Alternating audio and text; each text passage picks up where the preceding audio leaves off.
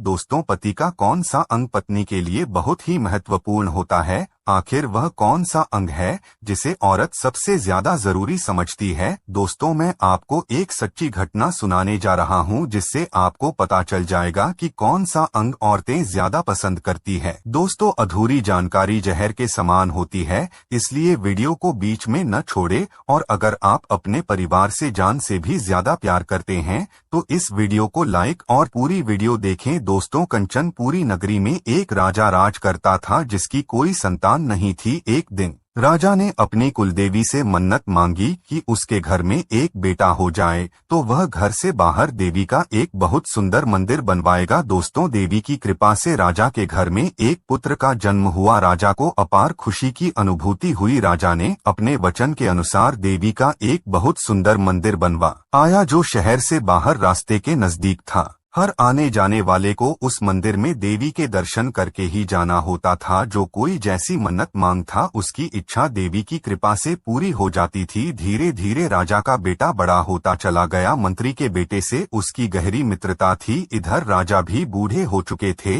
एक दिन मंत्री ने राजकुमार को यह खबर दी कि इस समय राजा साहब की तबीयत बहुत खराब है, वह आखिरी सांस भर रहे हैं, मरने से पहले एक बार आपको देखना चाहते हैं। राजकुमार यह खबर सुनकर तुरंत भागते भागते अपने पिता के पास गए। राजा ने अपने बेटे के सिर पर हाथ रखते हुए कहा, बेटा, यह वजीर साहब तुम्हारे पिता के समान है, तुम सदैव इनकी बात मानना, इनके द्वारा सुझाए गए रास्ते को पकड़कर चलना, कभी धोखा नहीं खाओगे। इतना कहकर राजा मर गया। राजा के मरने के बाद राजकुमार को नया राजा बना दिया गया। वह अपने मंत्री की सलाह के बिना कोई काम नहीं करता था। एक दिन मंत्री राजकुमार को महल के कमरे दिखा रहे थे। उन्होंने सारे कमरे खोल खोल कर दिखा दिया, परंतु एक कमरा खोल कर नहीं दिखाया। राजकुमार ने उस कमरे को भी खोल कर दिखाने के लिए कहा, लेकिन मंत्री ने वह कमरा दिखाने से मना कर दिया और बोले, राजकुमार, क्षमा करना, यह कमरा काफी दिनों से बंद पड़ा है, आपके पिता नहीं इसे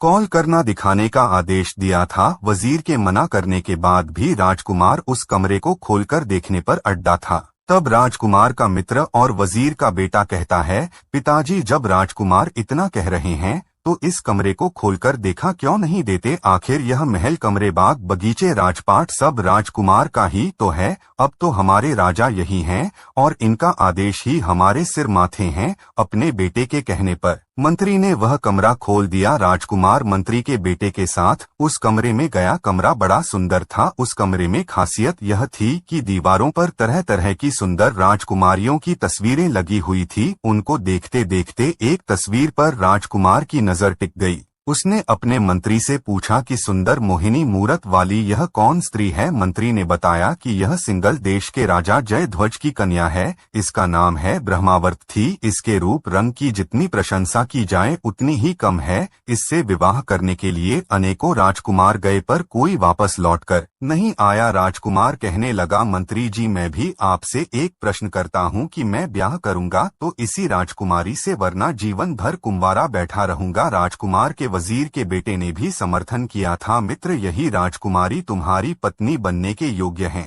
दोस्तों, नया नया फोन था, किसी युद्ध से अभी तक सामना नहीं हुआ था, इसलिए उनका रक्त उबाले मार रहा था। उन्होंने बूढ़े मंत्री की एक भी बात नहीं सुनी। बूढ़ा वजीर उन्हें समझाता ही रह गया कि देखो सिंगल, जल्दी पहुंचना कोई आसान काम नहीं है। 7 समुद्र को लांघकर ही वहां जाया जा सकता है और यदि वहां किसी तरह से पहुंच भी गए तो राजकुमारी तक नहीं पहुंच पाओगी। ऐसे असंभव कार्यों को करना मूर्खता होगी। मंत्री के बार बार समझाने पर भी यह दोनों नहीं रुके। उसने वजीर के बेटे को अपने साथ लिया और रास्ते के लिए कुछ जरूरी सामानों को रखकर घोड़े पर सवार होकर दोनों चल दिए। चलते चलते पूरा दिन बीत गया। शाम हो गई तो उन्होंने एक बाग में अपने घोड़े को बांध दिया और वहीं खाया पिया और रात बिताने के लिए उसी बाग में ठहर गए। जब मध्य रात्रि का समय हुआ तो एक परियों का उड़न खटोला उसी बाग में आकर उतारा। परियों की रानी ने जब 2 युवकों को उस बाग में लेते हुए देखा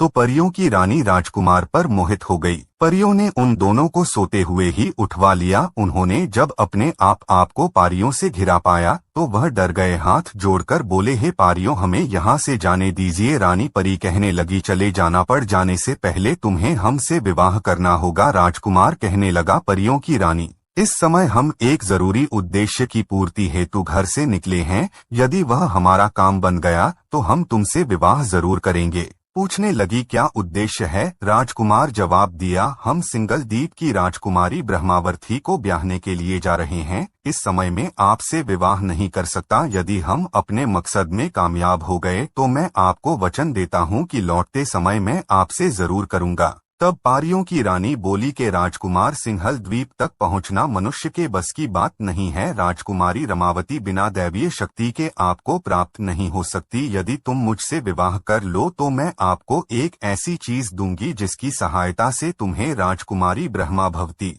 आसानी से मिल जाएगी और तुम सिंगल द्वीप तक पहुंचने में सफल रहे होगे। राजकुमार यह सुनकर बड़ा खुश हुआ और बोला, मैं तुम्हें वचन देता हूं कि मैं तुमसे विवाह जरूर करूंगा। इतना सुनकर परही ने अपना उड़न खटोला और एक अंगूठी उन्हें दे दी और कहा, देखो, इस उड़न खटोला की सहायता से तुम पल भी में सिंगल द्वीप में पहुंच जाओगे और इस अंगूठी में यह करामात है कि यह जब तक तुम्हारी उंगली में पड़ी रहेगी तब तक कोई विपत्ति तुम्हारे ऊपर नहीं आएगी, न किसी का जादू टोना तुम पर असर करेगा। अंगूठी और खटोला देकर परियां आकाश में उड़ गई। इधर राजकुमार और उसका मित्र उड़न खटोले पर बैठकर सिंगल द्वीप को चले गए। वहां पहुंचने पर उन्होंने दोनों चीजों को बांट लिया। अंगूठी को राजकुमार ने ले ली और उड़न खटोला वजीर के बेटे के पास रह गया। जब यह दोनों ब्रह्मावर्ती के शहर में पहुंचे तो शहर का मुख्य दरवाजा था। वहां उन्होंने देखा कि एक बुढ़िया का घर है। राजकुमार ने सोचा कि शहर में तो आ ही गए हैं,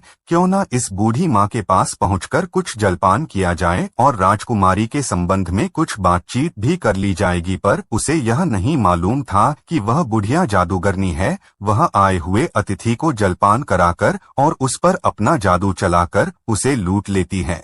राजकुमारी से विवाह की आस लेकर जो भी राजकुमार वहां आता था वह बढ़िया उस पर जादू चलाकर उसे लूटकर मक्खी मच्छर बनाकर दीवार पर चिपका देती थी। इसीलिए आज तक कोई राजकुमार ब्रह्मावर्ती के पास तक नहीं पहुंच सका। सारे राजकुमार तो उस जादूगरनी बुढ़िया के यहाँ मक्खी मच्छर बने चिपके हुए थे। उस बुढ़िया को देखकर वजीर के बेटे को कुछ संदेह हुआ। उसने राजकुमार से कहा, मित्र तुम जाओ, तब तक जलपान करो, मैं यहाँ पर खड़ा तुम्हारी प्रतीक्षा कर रहा हूँ। राजकुमार जब उसके पास पहुँचा, जलपान किया, तब उस बुढ़िया ने अपना जादू चलाया और उसके जादू ने राजकुमार पर असर नहीं किया, क्योंकि वह परी रानी की दी हुई अंगूठी की पहने हुए था। बुढ़िया एकदम समझ गई कि जरूर इसके पास कोई जादू को काटने वाली चीज है। अब तो वह मीठी मीठी बातें करती हुई बोली, अरे बेटा, तुम मुझे पहचान नहीं पाया? मैं तेरी बुआ हूँ, तुझे बचपन में देखा था, तब से लेकर अब तो काफी सयाना हो गया है। ऐसी मीठी मीठी बातें कहकर वह दुष्ट बुढ़िया उस राजकुमार के गले से लिपट गई और बातों ही बातों में उसने राजकुमार की उंगली से अंगूठी निकाल ली और उसे मक्खी बनाकर दीवार पर चिपका दिया। काफी देर के बाद भी जब राजकुमार नहीं लौटा तो मंत्री के बेटे को संदेह हुआ कि जरूर इस बुढ़िया ने उसे गायब कर दिया है। यदि मैं भी गया तो यह कहीं मुझे भी राय बना कर दें। यही सोचकर मंत्री का बेटा उड़न खटोला पर बैठकर वहां से लौटकर उसी परियों वाले बाग में आ पहुंचा और रात्रि में जब बारी आई तो उन्हें सारी बात बताई कि सिंगल द्वीप में एक बुढ़िया ने राजकुमार को गायब कर दिया है। पारियों और रानी ने जब यह सुना तो सारा रहस्य समझ गई। उसने बताया कि उस जादूगर बुढ़िया ने राजकुमार की अंगूठी चुरा ली है, इसलिए उसे अपने जादू से मक्खी बनाकर दीवार पर चिपका दिया है। अब तो एक ही उपाय है। समुद्र के बीच में एक छोटा सा द्वीप है जिसमें हजारों की संख्या में ताड़ के पेड़ हैं। वह का बगीचा हिंसक पशुओं, शेर, चीता आदि से भरा पड़ा है। उसी वन में एक ताड़ के पेड़ पर एक पिंजरा टंगा हुआ है जिसमें एक चिड़िया बंद है। उसी चिड़िया के अंदर उस जादूगरनी के प्राण है। यदि तुम उसे मार डालो तो वह बुढ़िया अपने आप मर जाएगी। तरीके बताए अनुसार वजीर का बेटा उड़न खटोला पर बैठकर उसी तार के वन में पहुंच गया और उस पिंजरे को उतार लाया। पिंजरे में बैठी हुई चिड़िया की गर्दन उसने मरोड़, जैसे ही चिड़िया की गर्दन मरोड़ उधर बुढ़िया भी अपने आप मर गई। अब तो वजीर का बेटा उस बुढ़िया के घर पहुंचा तो देखा बुढ़िया मरी पड़ी है। उसने तुरंत उसके हाथ से अंगूठी निकाल ली। राजकुमार ठीक होकर दीवार से छूटकर नीचे गिर पड़ा। उसने अब जिन राजकुमारों को मक्खी मच्छर बनाया था वह सब ठीक हो गए। उन सबने मंत्री के बेटे का बड़ा आभार प्रकट किया कि तुमने आज हमें इस बुढ़िया के बंधन से आजाद कर दिया। अब हम अपने देश लौटकर अपने माता पिता भाई बहन से मिल सकेंगे। मुद्दतें हो गई। झोपड़ी में मक्खी मच्छर बने हुए सबकी आंखों में खुशी के आंसू थे। वह बार बार उन दोनों को धन्यवाद दे रहे थे। इसके बाद उन्होंने वहीं पर बारात सजाई और उन समस्त राजकुमारों को बाराती बनाया और बारात लेकर रानी पद्मावती के द्वार पर पहुंच गए।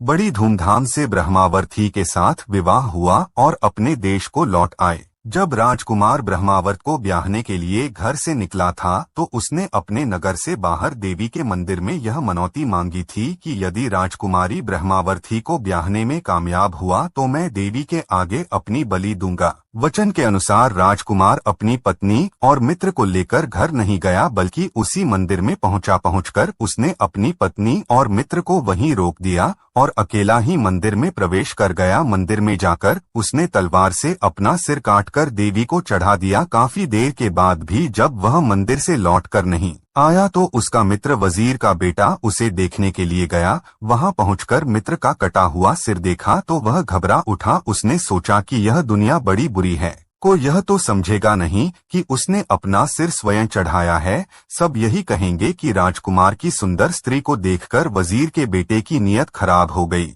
इसलिए उसने अपने ही मित्र का कत्ल कर दिया। इससे तो अच्छा है कि यह कलंक लगने से पहले मैं भी अपना सर काट दो। इतना कहकर वजीर के बेटे ने भी तलवार से अपना सर धड़ से अलग कर दिया। काफी देर के बाद जब मंत्री का बेटा भी लौटकर नहीं आया तो राजकुमारी प्रभावती स्वयं उन्हें देखने के लिए गए। वहां का नजारा देखकर वह भी हैरान थी। उसके पति और उसके मित्र के साथ करते पड़े थे। ब्रह्मावर्ती सोचने लगी कि दुनिया वाले मुझे हथियार इन समझें, मुझ पर कलंक लगाएंगे कि जरूर इसका किसी पर पुरुष से संबंध होगा, इसीलिए इसने अपने पति और उसके दोस्त की हत्या कर दी। यह कलंक लगने से अच्छा है कि मैं भी मर जाऊं। इतना कहकर उसने तलवार से जैसे ही अपना शीश काटना चाहा, देवी तुरंत प्रकट हो गई और उसका हाथ पकड़कर कहा, पुत्री ठहरो, मैं तुमसे बहुत प्रसन्न हूँ, वरदान मांगो, तुम जो मांगोगे वह मैं तुम्हें दूंगी। राजकुमारी कहने लगी, माँ मेरे पति और उसके दोस्त को जीवित कर दो, मुझे और कुछ नहीं चाहिए। देवी ने कहा, पुत्री मैं इन दोनों को अभी जीवित कर देती है, तुम इन दोनों के शीश उठाकर इनके घरों से मिलाकर रख दो। फिर ब्रह्मावर्त ने वैसा ही किया, लेकिन जल्दी जल्दी में उसने एक दूसरे के धन पर मिला दिया। देवी ने उन दोनों को जीवित कर दिया। अब उसने देखा कि यह क्या हो गया, मेरे पति के शरीर पर मंत्री के बेटे का सर जुट गया, अब क्या करूंगी, किसे अपना पति स्वीकार करो। ब्रह्मावर्त ही असमंजस में पड़ गई और कहने लगी, सीमा मैं तो आज स्वयं ही धर्म संकट में फंस गई। एक के ऊपर मेरे पति का सिर लगा है और उसके मित्र का है, वह दोनों उस स्त्री के लिए झगड़ने लगे। एक कहता है मेरी स्त्री है, दूसरा कहता यह मेरी स्त्री है। अब तो वे दोनों झगड़ते हुए फैसला कराने के लिए राजा विक्रमादित्य के दरबार में पहुंचे। तो राजा विक्रमादित्य ने समझाया, देखो नदियों में उत्तम गंगा है, पर्वतों में उत्तम सुमेरु पर्वत है, वृक्षों में कल्पवृक्ष है और अंगों में प्रमुख शेर है। एक हाथ न रहे तो भी मनुष्य जिंदा रह सकता है, दो हाथ न रहे तो भी जिंदा रह सकता है, दोनों पैर कट जाए तो भी जीवित रह सकता है, पर यदि सना रहे तो शरीर प्राणहीन हो जाता है। इसीलिए जिस धरती पर राजकुमारी के पति का सिर है वहीं उसका पति है, सिर के बिना कुछ नहीं है। अब तो ब्रह्मावर्त ने जिस पर अपने पति का सिर रखा था उसे ही अपना पति मान लिया और उसने जाकर रानी से अपना विवाह कर लिया। दोस्तों, इस प्रकार दोनों अपने नगर लौट आए। दोस्तों, आप समझ ही गए होंगे कि पत्नी के लिए पति का कौन सा अंग जरूरी होता है। दोस्तों, वीडियो अच्छी लगे तो लाइक करके चैनल को सब्सक्राइब करें और साथ ही कमेंट में हर हर महादेव लिखना ना भूलें। महादेव आपकी सारी मनोकामना पूरी करे। धन्यवाद।